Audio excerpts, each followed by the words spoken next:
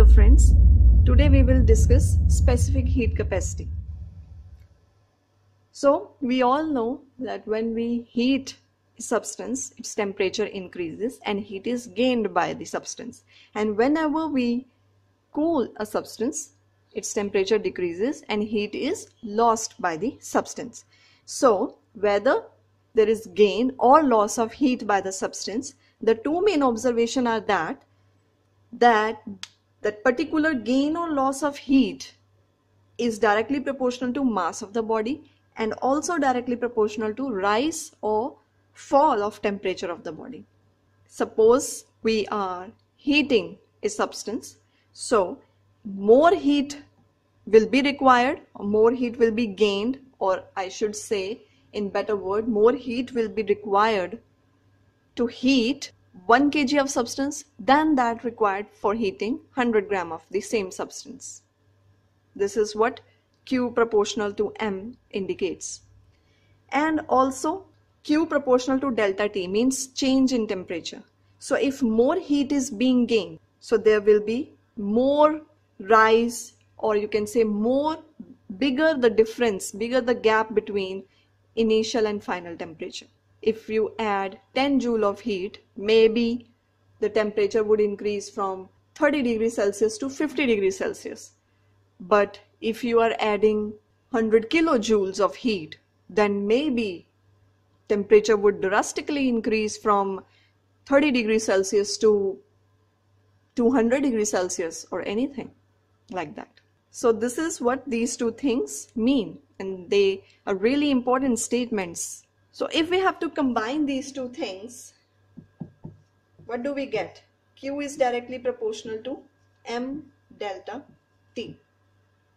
And now to remove the sign of proportionality and bring the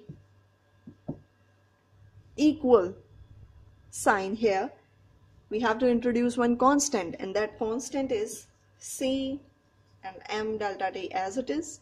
So what is this C? This C is nothing but specific heat capacity,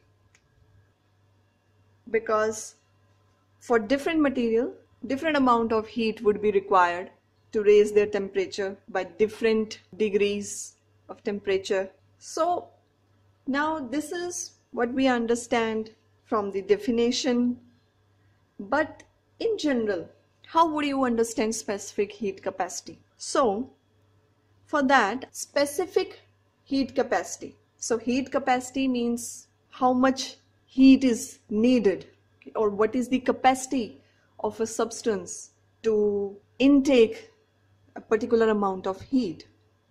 Heat capacity, just by words, etymologically, you can understand heat capacity of a substance. Definitely it's of a material, of a body, of a substance. So heat capacity. Specific heat capacity means it depends on the nature of the material of the body. So it is different for different materials. So it has a specific value for specific materials. We can't say that there is one universal value for all the material. No. We have different value of C for different material. So it is specific to different material.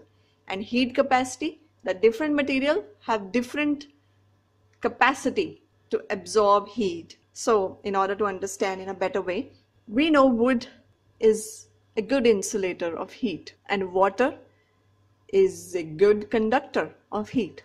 So now if you are heating a piece of wood by some amount of heat, say 20 joules for a fixed time, maybe of course you would be able to carry that piece of wood very easily because it won't get heated up. So we say that wood has low specific heat capacity.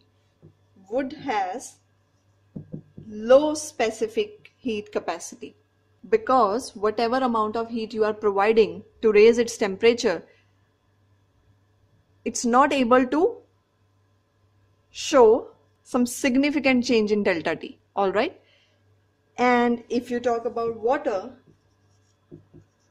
then it has high specific heat capacity because For same amount of heat, your water might start boiling and you won't be able to put your finger in it.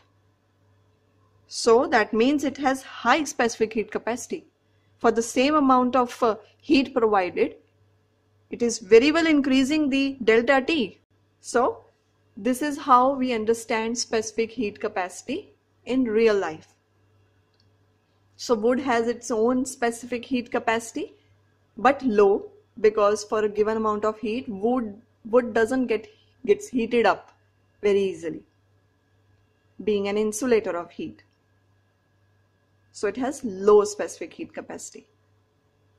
Whereas water has high specific heat capacity, and for the same amount of heat it might start boiling. Its molecule will start vibrating very, very rigorously. So heat transferred can be whether there is gain of heat or loss of heat. So Q is equal to mass M into specific heat capacity. Let me write it. And into change in temperature. What is the exact definition of specific heat capacity of a substance? So I will write this down, that specific heat capacity of a substance. So if M is 1 gram and your delta T, so make sure never write T. T means only the temperature, that whatever happening is happening at 1 degree Celsius. But no, we are saying delta T, that means the difference, the change in temperature should be 1 degree Celsius. So if we have these two things, so Q is equal to MC delta T implies that Q is equal to C. So that means specific heat capacity is nothing but heat. Is the temperature of 1 gram of substance through 1 degree Celsius. So now we have standardized our definition, because otherwise different material would be having different responses for different amount of heat provided. So now this is the standardized definition where we are saying that the amount of substance should be 1 gram and change in temperature should be 1 degree Celsius. So now be it wood, be it water, kerosene, anything, oil, whatever heat is required to raise the temperature of 1 gram of that substance through 1 degree Celsius will be the specific heat capacity C. So by putting these two things, we get Q is equal to C. So now units of specific heat capacity. So Q is equal to MC delta T implies C is equal to Q upon M delta T. So now it's very easy for us to determine its units. So both SI and CGS. So SI, what is the SI unit of heat? That is joule. SI unit of mass, that is kg. And for change in temperature, we can write degree Celsius. Similarly in CGS, the unit of heat is calorie, unit of mass is gram, and for this change in temperature we can again mention degree Celsius. So this becomes joule per kg per degree Celsius, and this becomes calorie per gram per degree Celsius. Specific heat capacity, that means heat capacity which is specific to material. Different material have different value of specific heat capacity. C, different for different materials. So heat capacity is basically for a given amount of substance to raise its temperature for a given degree through a given degree Celsius, whatever heat is required, that is different for different materials. So wood would be having some different amount of heat required to raise the temperature of its 1 gram through 1 degree Celsius. And water, some different amount of heat will be required to raise the temperature of 1 gram of, or you can say 1 gram of solidified any other thing you can say, take through 1 degree Celsius. So since this thing is different for different material, we call it specific. And heat capacity, because that determines that which material holds what kind of capacity for different amount of heat. Does the material possess greater capacity for heat? Is it able to absorb higher amounts of heat to raise its temperature just through 1 degree Celsius? Or just by adding little amount of heat will raise its temperature by 1 degree Celsius?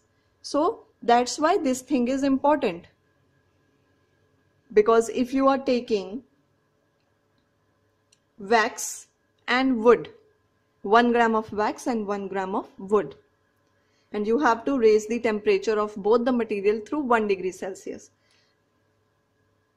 So it's not that same amount of heat will be required by both. No, both will be requiring different amount of heat. So we can say that both wax and wood have different heat capacities. So in general, the term becomes specific heat capacity, specific to the material. Formula goes like Q is equal to mc delta T in units of C, joule per kg per degree Celsius, or in CGS, calorie per gram per degree Celsius. Thank you.